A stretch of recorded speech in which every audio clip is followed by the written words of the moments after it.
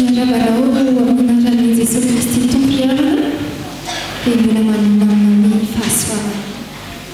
Ndao iomanantsika amin'ny fiderana ny FFPM fahavalo amin'ny sivifolo sy ny FFPM raika amby efapolo amby efajato.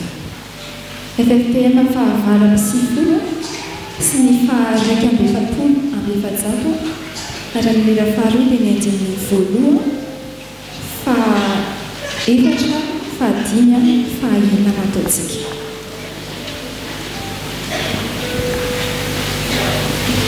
Dia naoge mbola sokafantsika ny lioka toko faharoa ao amin'ny perikopantsika androany.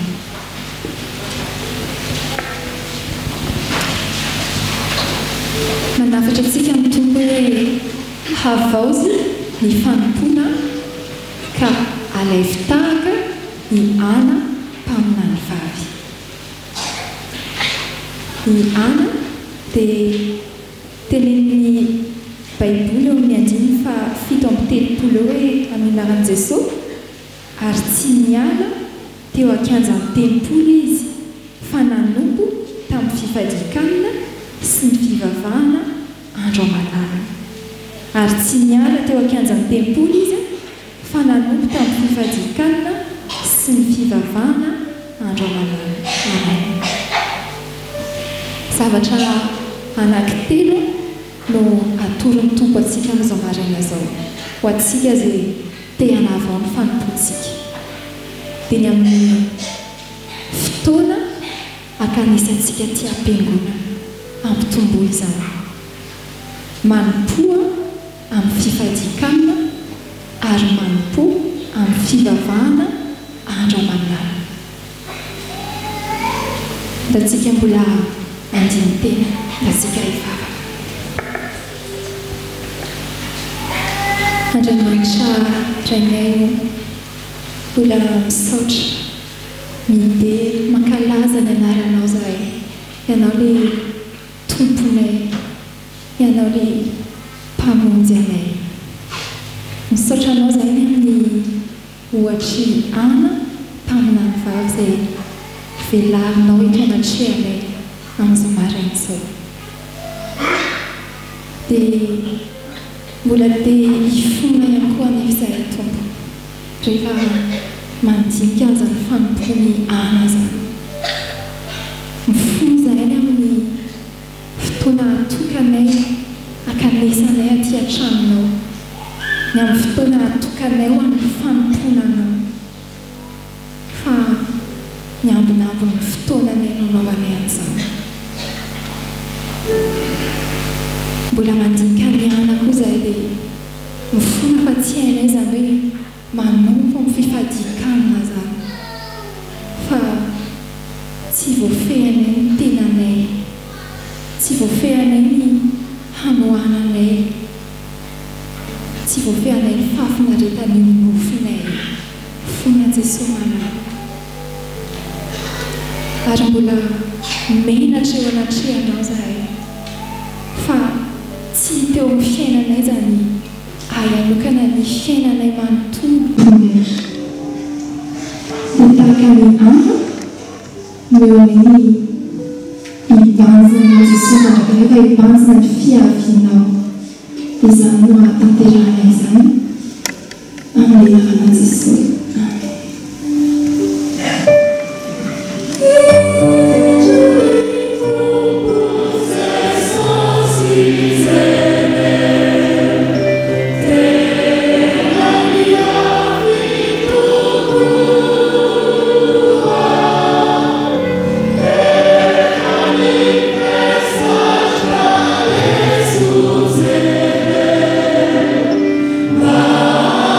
Vamos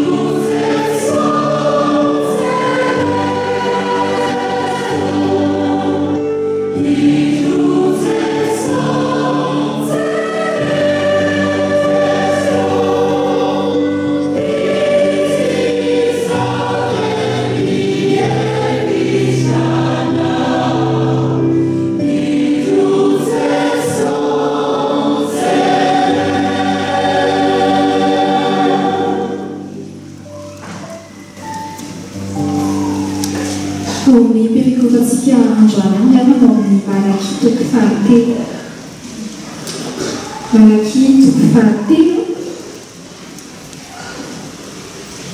dia mbola manatitra antsika mitoko hoe avozy ny fanomponao ary fantaro fa avahan'Andriamanitra ny manompo azy sy ny tsy manompo azy. Mbola mafisina izany ao amin'ny andiny fahavalo ambin'ny folo amin'ny valaky toko fahatelo manao hoe ka dia ho hitanareo indray ny tsy fitovian'ny marina sy ny meloka dia ny manompo an'Andriamanitra sy ny tsy manompo azy. Izany no afatry ny tompo antsika amin'izao maraina izao ihany dia mba antsika mbola andiny tena ary tena hoe andiny tena marina fa izany koa dia efa hoe fanomezam-boninahitra ny anarana ary fanomezam-boninahitra ny fanompona izay atoeriny antsika vavaka isika. Misaotra anao izay ray malala miteranao ny amin'ny le alehiben'ny fitiavanao anay ny tsy fitsaharanao amin'ny fananarana fa tianao mba ankasitrahana ny fanomponay. Misaotra ny amin'ny zara fanompona omenao anay tsirairay avy. Misaotra ny amin'ny ahafahanay mitoetra ato an-tranonao izao maraina izao. Mbola misaotra anao izay ray malala ny amin'ireo izay efa tena ny bebaka ny haiko ho tanterana atrehanao. Misaotra ny amin'izay mitianao marina izay midera sy mankatoanao amin'ny fomadio ary ekaneba ho izay tsirairay avy rehetra izany amarinana izany fa mbola te-hifona anatrehanao izahay amin'izay hoe izay nieveranay azy fa mety izany hoe manatanterana ny fanomponay. Mifonana hoe satria fantatra fa misy tombontsoa ho azonay avy hatrany dia izany no manatanterana ny fanomponay. Kanefa ianao Andriamanitra mahita, ianao mahita izay manompo sy izay tsy manompo anao. Dia havaozinay izany fanompona izany, havaozinay ny fanoratenanay fa tianay mba hoe mirakitra soa anao izany fanompona izany araka ny teny Malakia. Te ho rakitra soa anao izahay fa izany no anananay filaminan-tsaina raha nambaranao anay andro hoe avahanao ny manompo anao sy ny tsy manompo anao.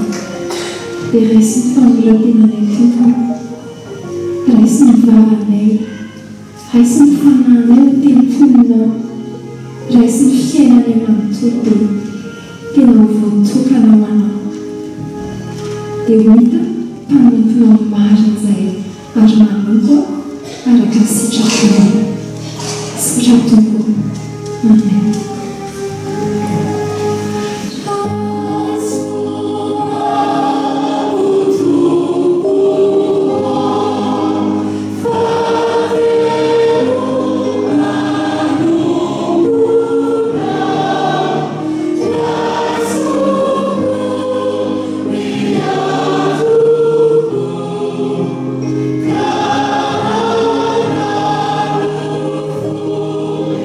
Isa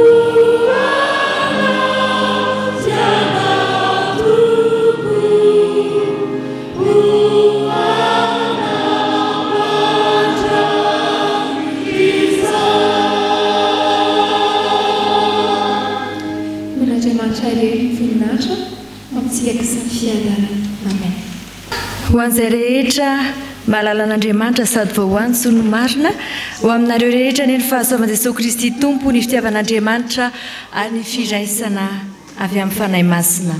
Amen. Anio alahady fa 9 ny volana Oktobra 2020 alahady fa 9 manaraka ny Trinité anio riavana izay hitondrana ambavaka manokana ny Mamre FJKM. Ibanjinantsika an Jesosy Kristy hatrany amin'ny alalan'ny lohahevitra manao hoe avaozy ny fanompony fiangonana. Avaozy ny fanompony fiangonana. Ny liturjia amin'ny endriny fahatelo riavana no anatanterantsika izao fanompony fafana izao. Ho fiderana sy fisaorana an'Andriamanitra ary andeha arahantsika mamaky ny salamo.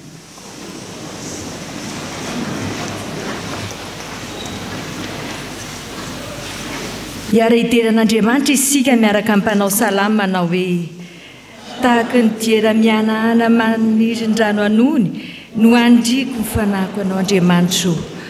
Mangeta hitan'Andriamanitra ny fanahiko dia Andriamanitra velona. Raha oviana no tonga aho ka iseho anatrehan'Andriamanitra ny ranomasoko no fiahiko. Andro aman'alina amin'ny anaovany ahy mandrakariva hoe aiza izay Andriamanitra aho? Izo zavatra izao no jarovako ka ahidiko eo anatiko ny fanahiko dia ny masoandro miaraka amin'ny maro sy ny Andriamanitra. Nanao feo miompy sy mitera dia olona maro izay mitandrina ny andro firaviravony. Amen.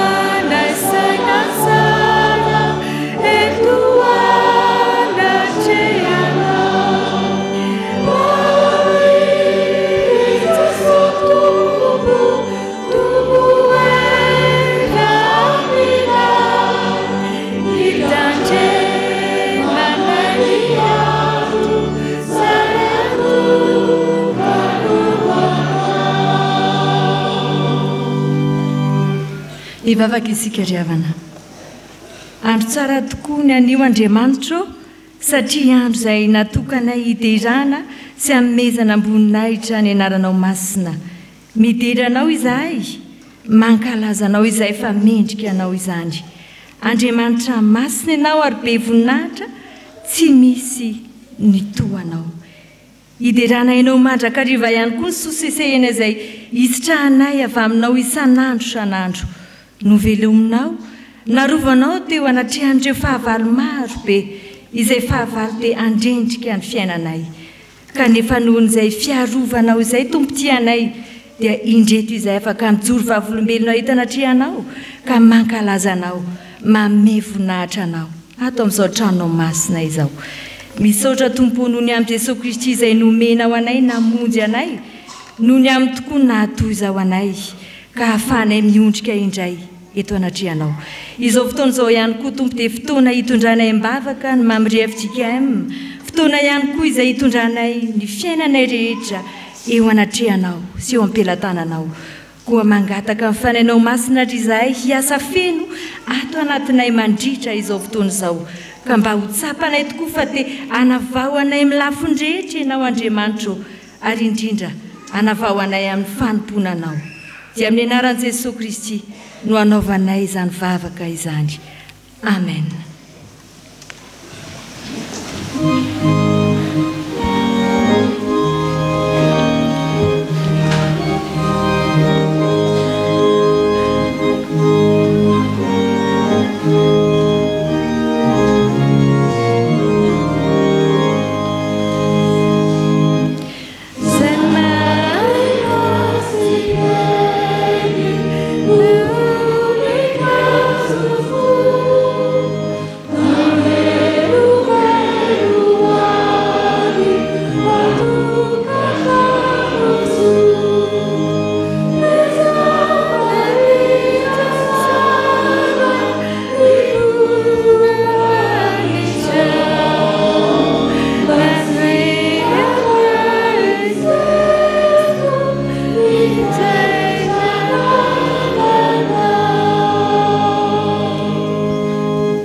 Ivavakisika misaotra anao izay tompo tianay fa mbola nomenao anjara indray ny ankizy sy ny tanora handreny sitraponao izay tianao tanterahanay indray amin'ny alalan'ny teninao mba omeo fohendry ary izahay mba hahafahanay miaino sy mankatoa izay tianao ambara aminay dia mitenena Jesosy fa miaino anao izahay. Amen. Ny ten'Andriamanitra izay anjarantsika an'io ry ankizy tanora dia araka izay hita ao amin'ny Malakia toko 7:7. Malakia toko 7:7. Andenga iarahantsika mamaky amin'ny anaran'i Jesosy ka dia ho hitanareo indray ny tsy fitovian'ny marina sy ny meloko dia ny manompo an'Andriamanitra sy ny tsy manompo azy. Ity ten'Andriamanitra ity ry ankizy tanora dia tena ampitondraan'Andriamanitra any Malakia mpaminany. Eto Andriamanitra dia milaza karazan'olona anankiroa. Ny olona iray voalohany dia teneniny eto hoe olona marina ary ny karazan'olona faharoa dia teneniny eto hoe ny olona meloko.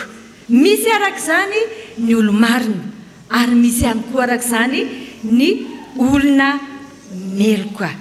Ambareto ry ankizy tanora fa ny olo-marina dia olona izay manompo an'Andriamanitra fa ny olona meloka kosa dia ireo izay olona tsy mba mahay manompo an'Andriamanitra. Eo anatrehan'Andriamanitra ireo olona roa ireo dia tena samy hafa tokoa satria hafa ny valopity izay omen'Andriamanitra azy rehefa tonga ny andro farany. Amaripisiny izany eo amin'izao soratra masina izao hoe ho hitanareo ny tsy fitovian'ny olo-marina sy ny olona meloka.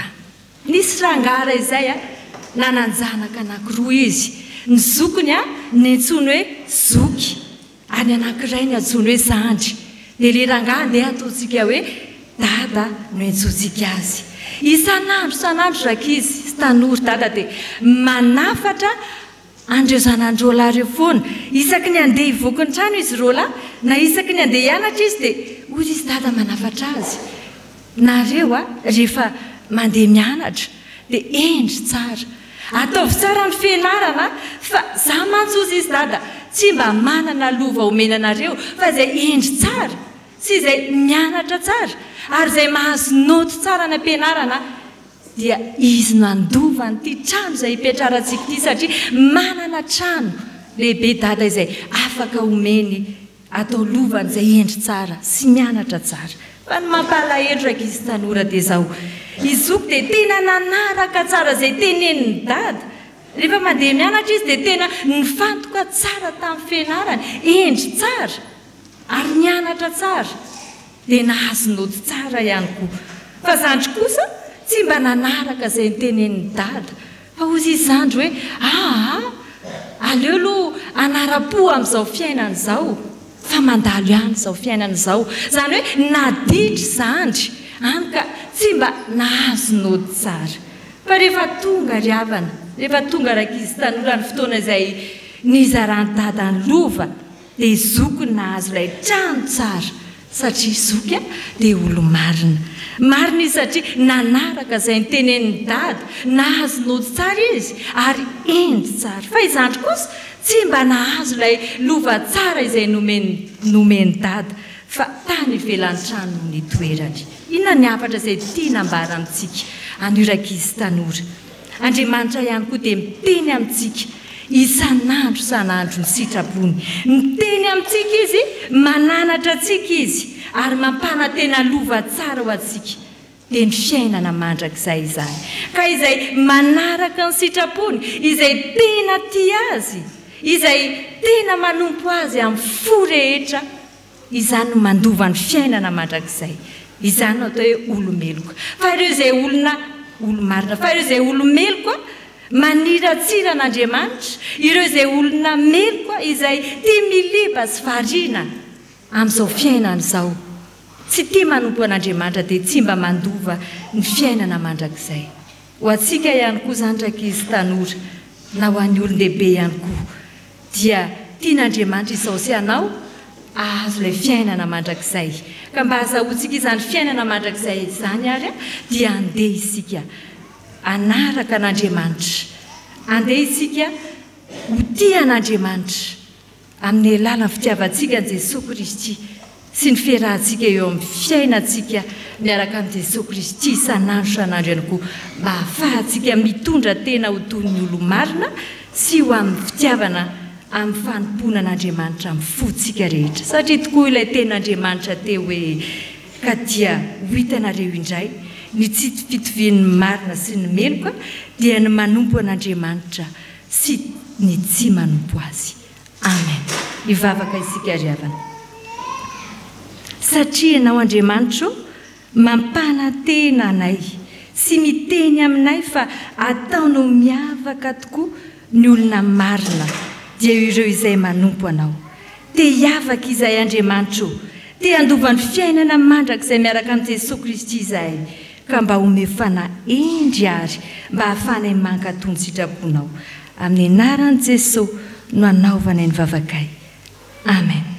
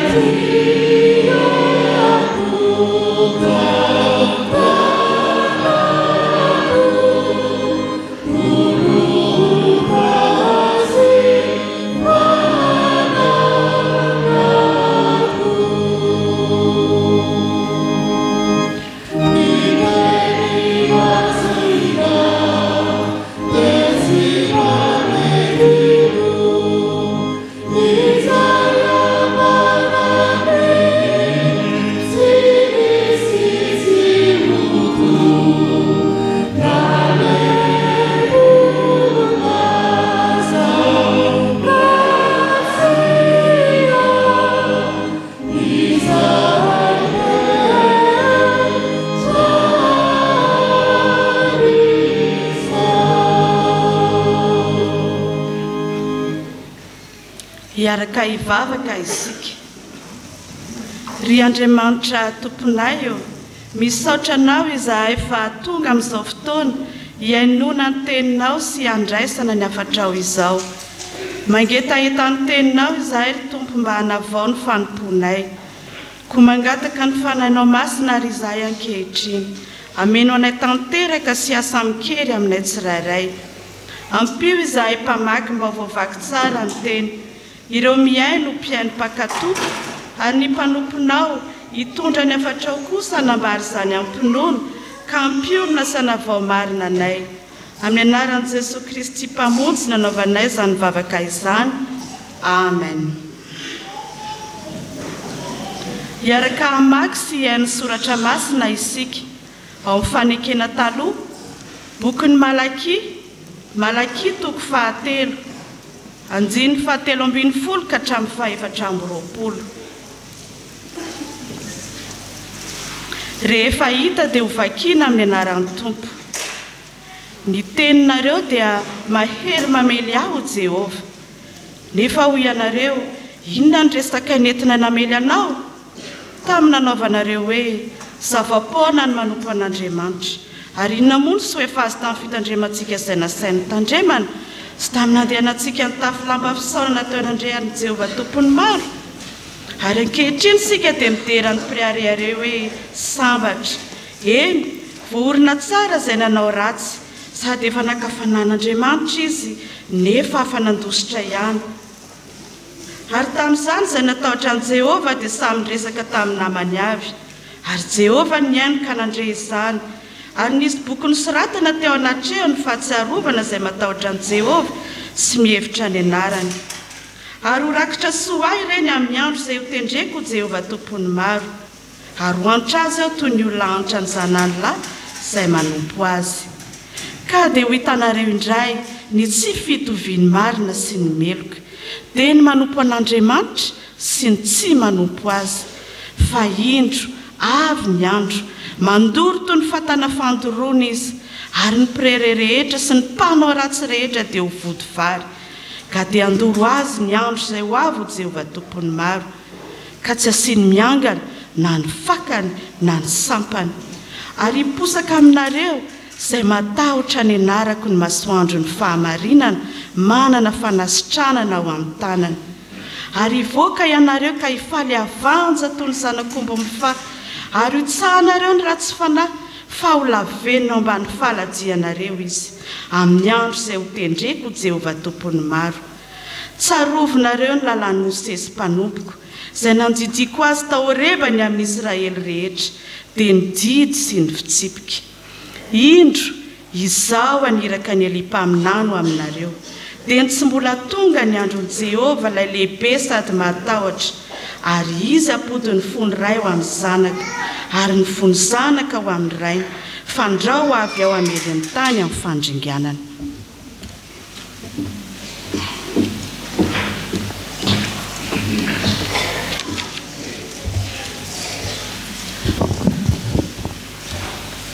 Hotoizantsika ny famakiana ny soratra masina ao amin'ny testamenta vaovao, filazany tsara araka ny Lioka toko 2 andiny 9:30 ka hatramin'ny 9:30.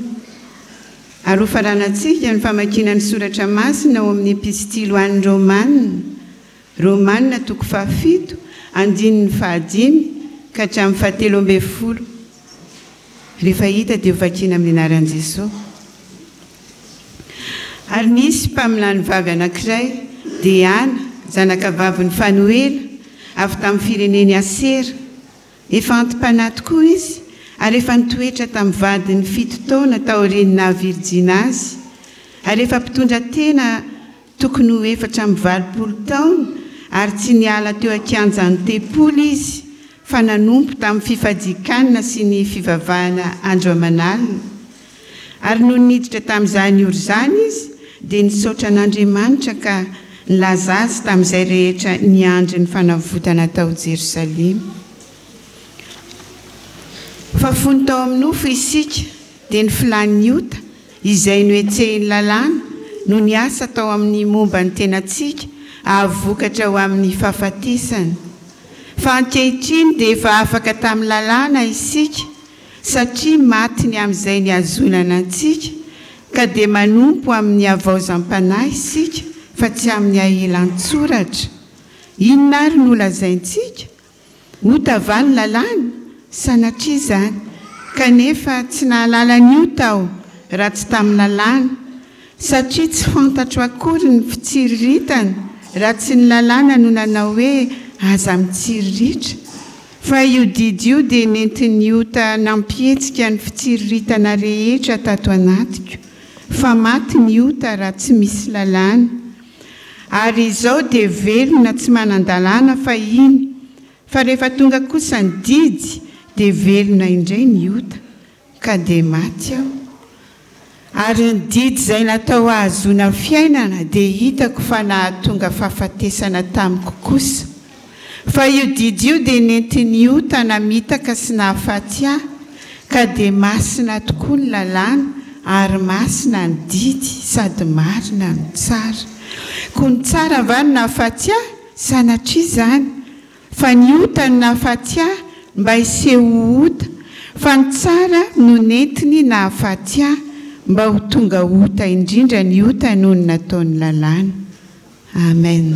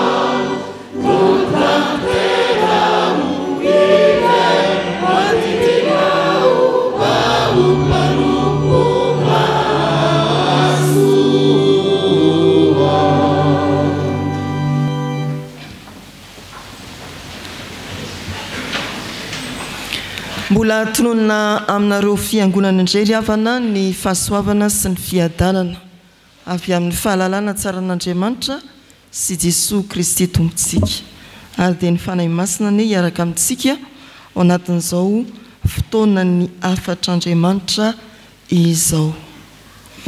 Ny Luka toko faharoa andininy fahaenina amby telopolo hatramin'ny fahavalo amby telopolo.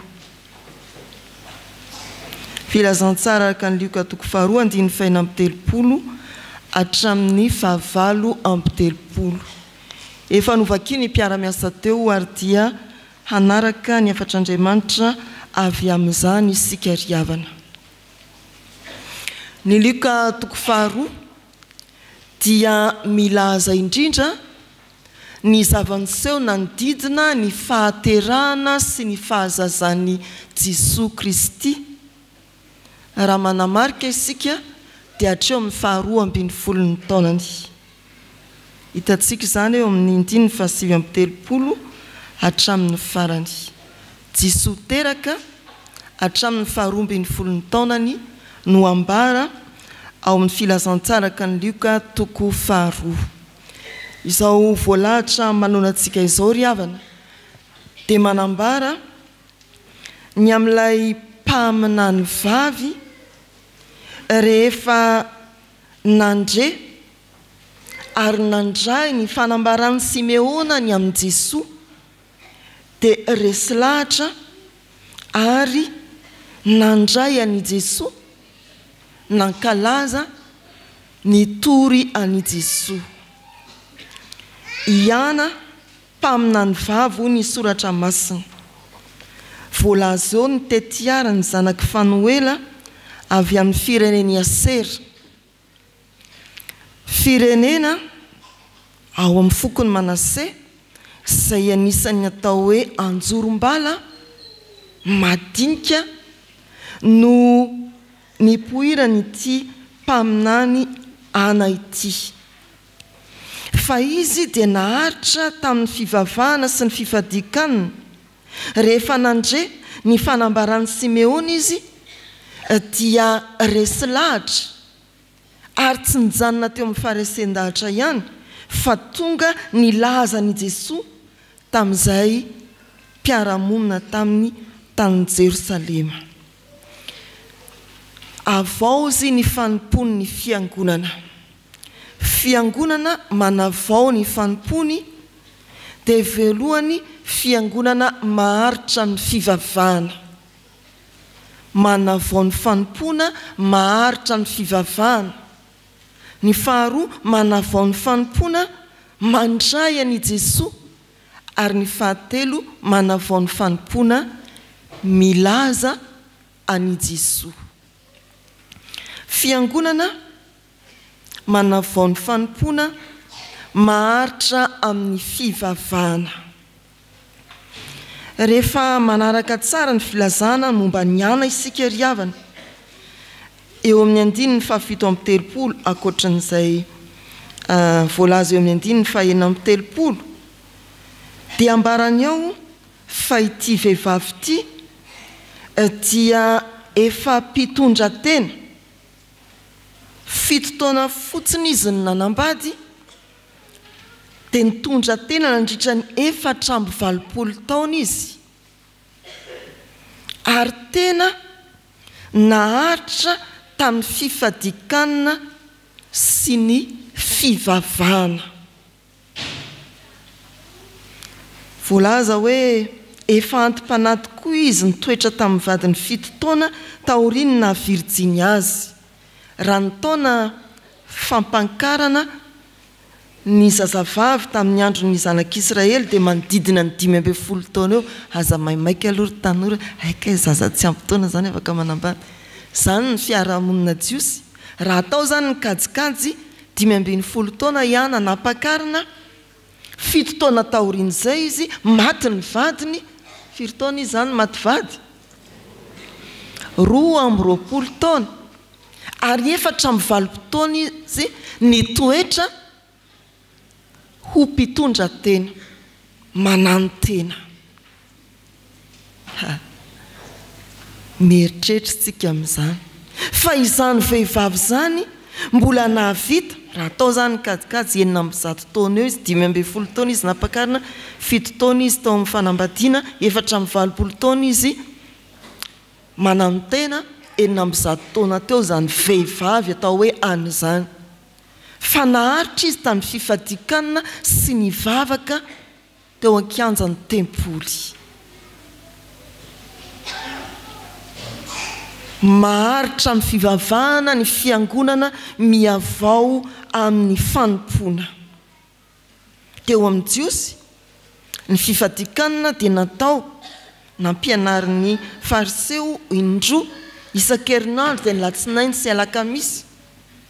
Heverina hoe tamin'izany no niakanidina avy any amin'ny tendrombohitra Sinay Mosesy, mariana amin'ny fifadikanana zany. Ny fanompom-pivavahana ao an-tempoly dia isan'andro amin'ny 7 ora sy amin'ny 3 ora tolakandro. Zany ny fiainan'ny jiosy. Fa ihana andro manalina mandrakariva dia tao amin'ny tempoly ny fiainany mifadianana sy maharitra ny fivavahana. Amin'ny taonany efa tena zokiolona mba tsy ilazana hoe ao amin'ny fahanterana. Mbola mahavita mifadianana, mbola mahavita mihoatra noho ny rehetra hivavaka ao amin'ny tempoly. Ry havana malala ny antsika indray mandeha isan-kerinandro efa fampitadiavana ny fotoana liditra amin'ny 9 sa liditra amin'ny 10. Ny sasany isak'izay mahatsiaro zay vao andeha hivavaka, ay moa alahady androany. Ny hafa rehefa tsisy atao, manontany ny fandaharam-potoana tokony atao alahady aloha. Ay tsisy ndao ary hivavaka, zandrina fandaharam-potoana ny fivavahana. Fiangonana tsy anantenana fiavaozana amin'ny fanompony zany ry havana. Ary rehefa miteny hoe fivadikanana sy ilay taonan'ilay vehivavy antitra dia tena miantso fifehezan-tena. izany atao hoe faharetana amin'ny fivavahana, fifehezan-tena. 20 taona maty vady zany dia hoy fianakaviana mbola tanora retsindria. Fa ihany tsy nieritreritra zay hoe andeha hiverina anambady indray. Aiza ho aiza ny fifehezan-tena antsika. Tanora 20 taona, vehivavy mpitondra teny. Ahoana ny fahavonona antsika an'izany hoe iaina ao anatin'ny vavaka miaraka amin'ny fifehezan-tena. Fa izany no fiangonana afaka anantenana fiavaozana amin'ny fanompoana. Fiangonana maharitra amin'ny fivavahana, fifadikanana, manana fifehezan-tena ary tia vavaka. Ny mamrery havana dia ireo mpanompon'Andriamanitra izay atao hoe mitoka-monina atao amin'ny sahan'ny fiangonan'i Jesosy Kristy eto Madagasikara, manoka tena amin'ny vavaka sy ny fanompoana ny hafa. Masera FJKM ndray maka raha namangy azy ireo, nanatrika ny fotoam-bavaka intelo izy mivavaka, fotoam-bavaka iraisany isan'andro, ny maraina be, ny atoandro ny tataovonana ary ariva manomboka amin'ny 5 ora. Niditra tamin'ilay fiaraha-mivavaka amin'ny 5 ora, akory ny atairako fa tafiditra ao anatin'ny atom-bavaky ny Masera ireo olona mody ka manao mele amin'ny fitateram-bahoaka. Mivavaka izay Andriamanitra ho an'ireo mamonjy fodiana ka mifandrombaka fitaterana. Izany aditsika andavanandro izany ataon'izy ireo antom-bavaka. Efa nisy natsiaro izany ve sika tamin'ny vavaka nataontsika? Fa ny zanantsika avy any amin'ny université na avy any amin'ny lycée mitady bus hodiana, mety tsy tadiditsika akory ny vavaka ho azy. Fa ireto sokajin'olona manana fanompoana manokana amin'ny vavaka sy ny fanompoana ny hafa dia izany ny fiainana. Miavao amin'ny fanompoana ny fiangonana taomina mba haritra amin'ny fivavahana ao anatin'ny fifehezan-tena. Raha mbola tsy naharitra tamin'ny fivavahana ianao, tsy mbola niaina amin'izany atao hoe fifehezan-tena eo amin'ny fanompoana an'Andriamanitra, avaozy ny fiainam-panahinao. Eny mibebata amin'izay tsy fahaizanao mifetena nanarananao fo tamin'ny filana samihafa. Eny mibeba amin'izay nanadinonao ny fotoana ivavahana izay iombonana aty amin'ny fiangonana tahaka izao, ary izay manokana ao amin'ny efitranonao mangingina na koa iraisana any amin'ny isa-tokantrano. Raha tena te hiavao amin'ny fanompoana ny tsirairay na ny fiangonana, dia tsy maintsy anana fiainam-bavaka sy fifehezan-tena ao anatin'ny faharetana izy. Fiangonana miavao manana fifehezan-tena sy mahery amin'ny vavaka. Fiangonana miavao amin'ny fanompoana dia fiangonana mandray an'i Jesosy. Eo amin'ny andininy 9:30 ry havana dia misy zavatra anankiroa nataony Iana. Ny voalohany, nisaotra an'Andriamanitra izy. No niditra tamin'izany ora izany izy dia nisaotra an'Andriamanitra. Ny voambolana hoe nisaotra an'Andriamanitra dia midikako hoe nidera an'Andriamanitra, nanaiky an'Andriamanitra, resy lahatra ny amin'Andriamanitra. Jesosy Kristy nambaran'i Simeona ny tena tondrony eto. Ry havana malala rehetra amin'ny tompo amin'ny jaona toko 7 dindinika mitantara ny amin'ny Nikodemosy sy Jesosy, fionana ny taoman'i Jesosy a Nikodemosy ilay fariseo mba hateraka indray. Ny hateraka indray ao amin'ny jaona toko 1 dia izay nandray any Jesosy. Iana ry havana dia resy lahatra nandre ny fanambaran'ny Simeona ary nandray any Jesosy, nankalaza an'Andriamanitra.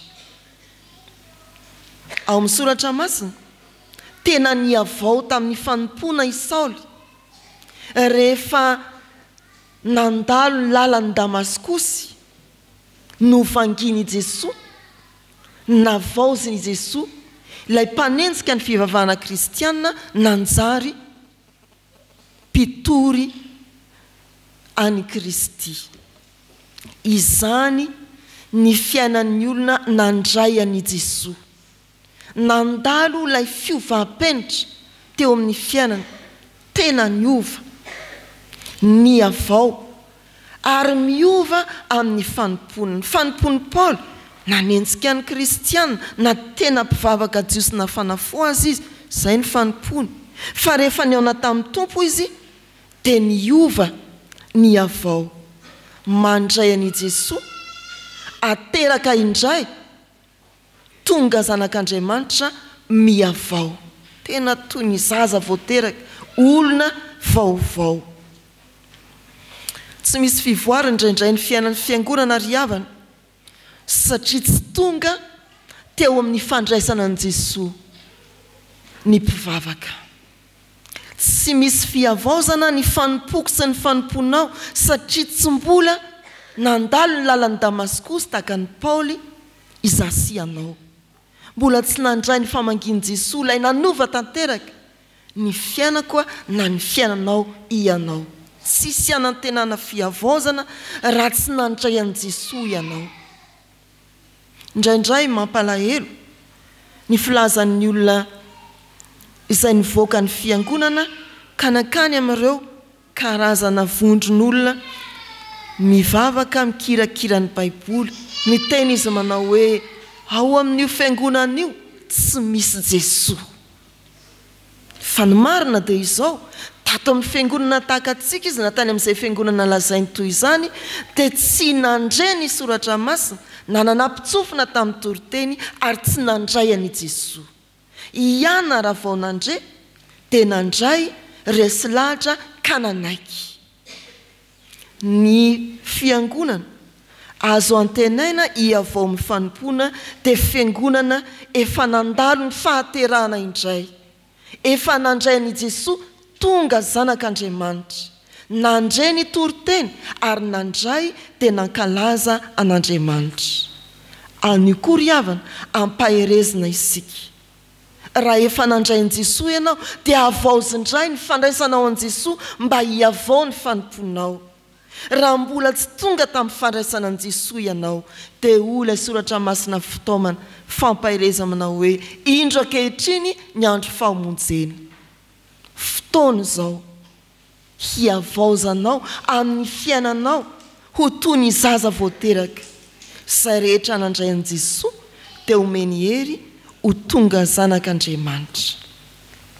Ny fahatelo, fiangonana miavao amin'ny fanompoana dia fiangonana mitory an'i Jesosy. Io ilay nataony Ana voalaza ato amin'ny 9:7, nataony tao aorianany nisaorany an'Andriamanitra, nilaza azy tamin'izay rehetra niandry ny fanavotana tao Jerosalema i Ana. Ny voambolana koa dia milaza hoe nampiasa ny lelany, vehivavy lehibe nampiasa ny lelany hanambara ny amin'i Jesosy amin'izay rehetra niandry ny fanavotana, nilaza tamin'ny fomba rehetra ny amin'i Jesosy, ny tantara ny amin'i Jesosy.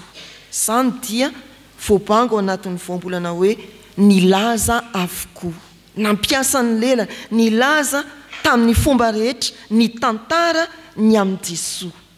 Ny hoe Jerosalema dia tsy milaza ny renivohitra ihany fa manambara ilay firenen'i Joda manontolo. Ry havana malala rehetra amin'ny tompo, isika dia faly rehefa mandrena ilazana indray, ampatsivina ny teny manao hoe Jehova mitahy ianao raha miditra sy mivoaka. Fahadintsika fa ny tompo dia tahaka ny mamoaka antsika amin'ny fiangonana ary mampomba ny fanirahana hoe mandehana mitoriany filazantsara. Adintsika ilay teny averimberina mazana hoe mandehana mitoriany filazantsara amin'ny olombelona rehetra, mandehana ataovy mpianatra ny firenena rehetra. Miditra sy mivoaka amin'ny fiangonana toa hitady fitahiana ihany isika, izay tsy diso, saingy tsy ampy. Fa raha miditra sy mivoaka ny fiangonana isika ry havana, rehefa nandreka resy lahatra nanaika ny Jesoa miandry atsika ny fitoriana ny filazantsara.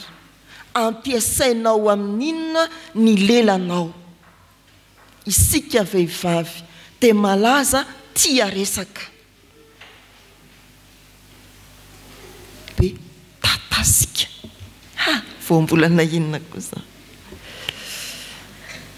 Fa ity vehivavy ity fianarana ho antsika. Vehivavy lehibe nahafolaka ny lelany tsy teny afa-tsy filazantsara, nanambara ny amin'ny Jesoa. Avaozy ny fanompoana. Ampiasao ny lelanao hanambarana any Jesoa. Lazao amin'ny fomba rehetra, tantarao amin'ny manodidina anao, akaiky na lavitra na izanaiza ny amin'ny Jesoa. Izany ny fiavaozana amin'ny fanompoana ry havana. Amporisihana ianao, avaozany fanompoanao, ambarao amin'izay rehetra hitanao sy amin'ny fomba rehetra fantatrao arak'izay azonao atao ny famonjena. Fitinina ry havana, anankitelo. Fiangonana manavao ny fanompony, fiangonana manana fifehezan-tena sy maharitra mivavaka.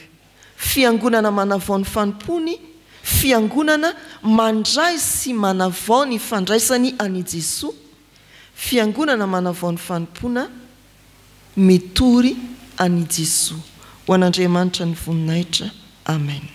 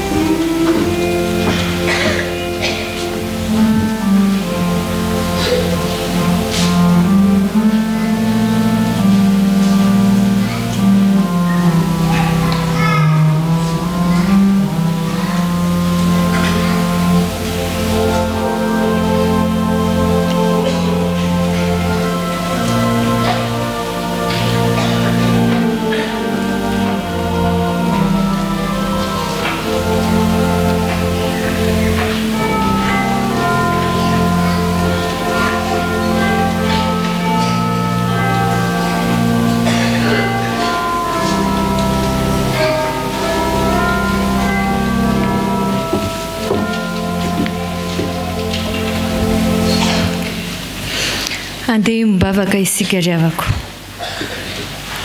Misaotra anao izay ry tompo tia anay fa miteny aminay isan'andro ianao. Tamin'ity anio ity dia nambaranao anay indray maka, indray ny sitraponao izay tianao tanterahanay. Fa ny fiangonana manavao ny fanompony tokoa dia mila maharitra amin'ny fivavahana, maharitra amin'ny vavaka, maharitra amin'ny fifadikanana. Ary taminao koa izahay mba iainao anatin'ny fifehezan-tena tanteraka. Nambaranao anay Andriamanitra fa mila mandray an Jesosy Kristy izahay mba ho tonga fiainanay. Ka amin'ny lalany no anavaozanay ny fanomponay. Nambaranao aminay ihany koa fa mila mitory, milaza ny fahatsaran Jesosy Kristy izahay, satria ny famonjena tokoa dia ho an'ny olona rehetra. Ka izay reto izay te anavao, miavao hatrany amin'ny fanomponay, dia takinao mba hay milaza an Jesosy Kristy, mba hay aharitra amin'ny fivavahana, ary indrindra mba hay anambara ny sitraponao. Andriamanitra amin'ny namanay rehetra. manoloana izany anefa ary tompo tianay dia menatra izahay manoloana ny sitraponao satria tsy tanteraka ihany tsy tanteraka ihany izahay satria izahay reto matetika ilay olona tsy mba mahafetena amin'ny fivavahana izahay reto tompo ilay olona tsy mba maharitra mivavaka izahay reto ilay manadimy mivavaka aza indraindray any anivon'ny tokantrano izay misy anay ihany any anivon'ny toerana izay misy anay rehetra any mifona aminao izahay fa izahay reto indraindray ilay tsy mba mahavita mitory ny anaranao Jesosy Kristy izahay reto indraindray ilay tsy mazoto manao ny asa fitoriana izay nomenao anay izahay reto ihany koa tompo matetika dia ilay olona tsy mba mety mibebaka tsy mba mety manetry tena eo anatrehanao fa miziriziry amin'izay tianay atao ihany tsy mba mahay mandray an Jesosy Kristy tomponay kanefa ianao dia milaza fa ny fandraisanay anao Jesosy Kristy no lalana iray mahatafaray marina aminao Andriamanitra ka mahatonga anay ho fiangonana manavao ny fanomponay manoloana izany Andriamanitra dia mangataka ny famelan-keloka avy aminao izahay mamelany eloko efa mpanota izahay mamindra-fo aminay mpanota mahantra hiantrao izahay fa efa miaiky ny fahotanay tompo diova izahay ho afa-pahotana tompo aza manadino anay ianao aza mba manary anay ianao aza manalavitra anay ianao fa mba hitodio izahay jereo izahay fa mila ny famindram-ponao ny fiainanay dia mihaino anay ry Jesosy mpanavitra anay eo amen.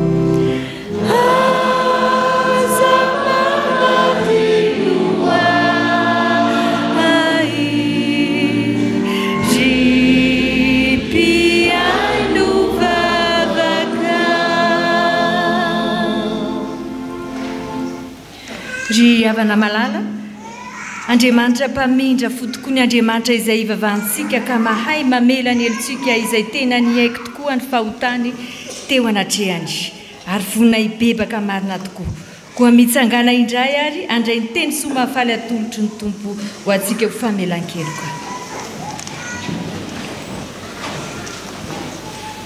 Hoy ny tompo fa izay miandry an Jehova dia mandroso hery kosa elatra no hiakarany tahaka ny voromahery hiazakazaka izy nefa tsy ho sasatra andeha izy nefa tsy ho reraka ry Ziona izay mitondra teny soa mahafaly eo miakara ny atendrombohitra avo ry Jerosalema izay mitondra teny soa mahafaly eo asandrato mafy ny feonao asandrato fa aza matahotra lazao amin'ny tanàna Joda hoe indro Andriamanitra reo amen.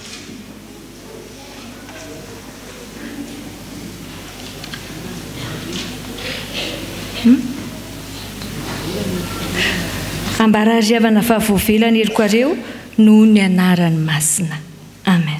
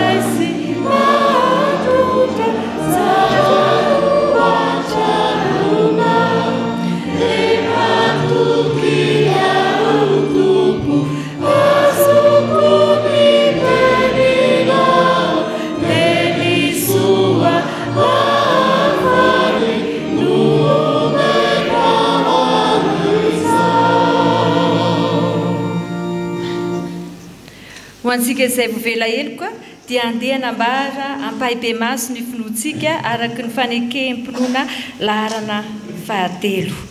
Isika rehetra hiara-maka izany amin'ny anaran'i Jesosy manao hoe mino an'Andriamanitra tsy toa aho izay mpanao lanitra sy ny tany. Andriamanitra dia fanahy, Andriamanitra dia fitiavana, Andriamanitra dia manjakatra amin'ny taloha indrindra ka ho mandrakizay.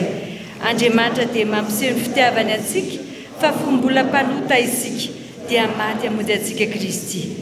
Mino an'i Jesosy Kristy zanan'ilay tokana tompontsika aho, tonga izy hitady sy hamonjy mivery, izy ny lalana sy fahamarinana ary fiainana. Izy dia tsy miova omaly sy anio ary mandrakizay. Mino fanahy masina aho, izy ny manambara ny fanahitsika fa zanak'Andriamanitra isika. Fanahy iray ihany anaovana batisantsika ho tena iray. Ny fandresena izay enti mandresy izao tontolo izao dia ny finoantsika. Tompo ampitombohy ny finoanay. Amen.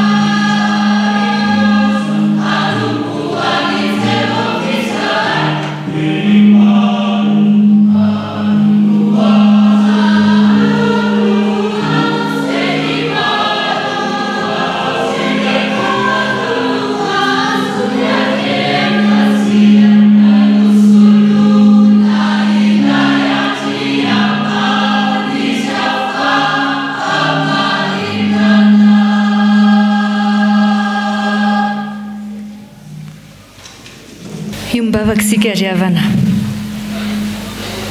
tomboty anay eo misaotra anao izahay fa mbola isan'izay nofidianao izahay rehetra ireto ho olona ho tena mpanomponao marina tokoa afaka miavao amin'ny fanomponanao Andriamanitra amin'ny lalan'ny faharetanay amin'ny fivavahana ho mpanompo afaka miavao amin'ny alalan'ny fibebahanay ka amin'ny fanekenay tanteraka indray ho ateraka indray ao amin'ny Jesosy Kristy ary indrindra ho mpanompo miavao amin'ny asanao Andriamanitra ka azoto amin'ny asa fitoriana filazantsara dia ny asa-pamonjena izay nataony Jesosy Kristy ho an'ny olombelona rehetra izany.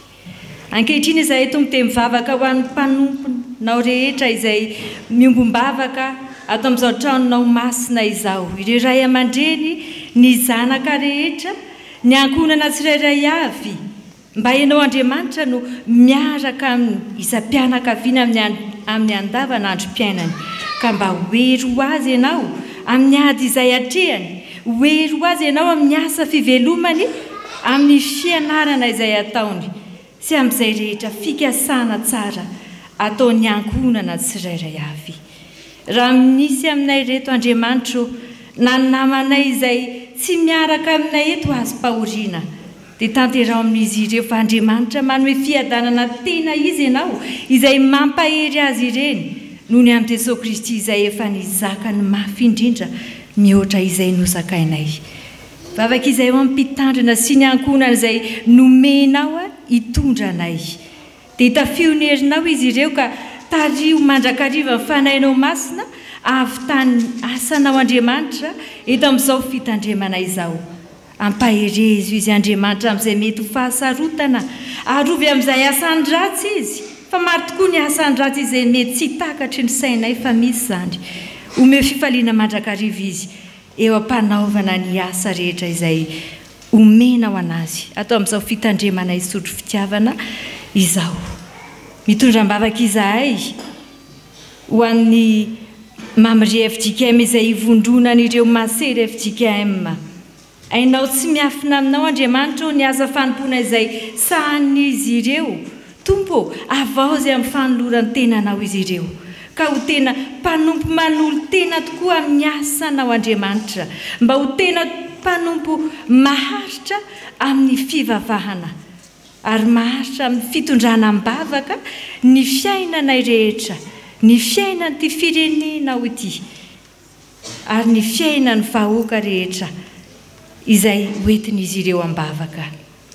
Ny ambaratonga rehetra misy eto amin'ny fiangonanao Andriamanitra dia eto amin'ny FJKM zany ny vina tsara izay napetraka eo am-pelantananao dia tahio ny fanahinao masina mba ho tanteraka somatsara ka amirapiratany voninahitra ao Andriamanitra eto amin'ny fiangonana izay misy anay.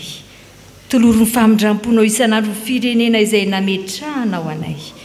Tompo malalo, maro ny vavaka tiana iangatahana nefa fo ihany fisainanay fa ataonay ny vavakay amin'ny lalan'i Jesosy Kristy izay nampianatra anay hivavaka manao hoe Raina eo izay ny an-danitra, o masinana eny anaranao, ho tonga eny fanjakanao, atao eny sitraponao, ety atany takony eny an-danitra.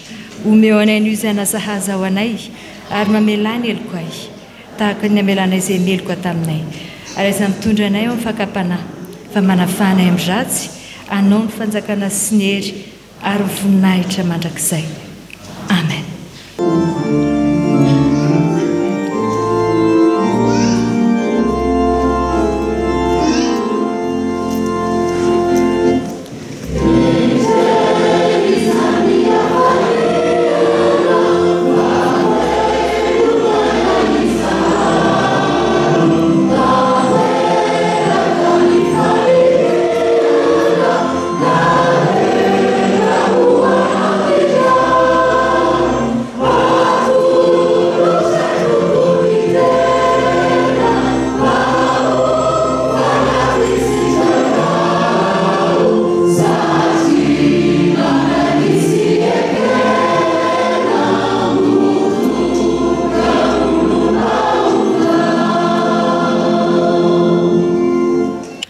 raiso amin'ny finoana ry havana nitsodrano atolotra amin'ny anaran'ny tompo fiadanana ne ho an-dralahy ary fitiavana mba amin'ny finoana avy amin'Andriamanitra ray sy Jesosy Kristy tompo ny fahasoavana ne ho an'izay rehetra tian'i Jesosy Kristy tompontsika amin'ny fitiavana tsy mety levona. Amen.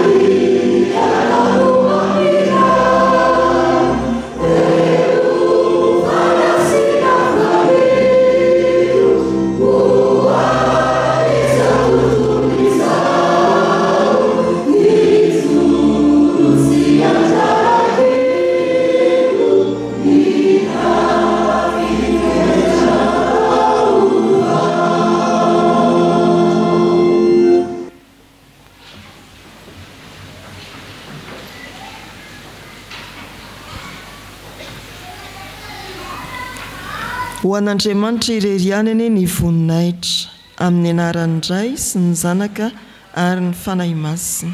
Amen.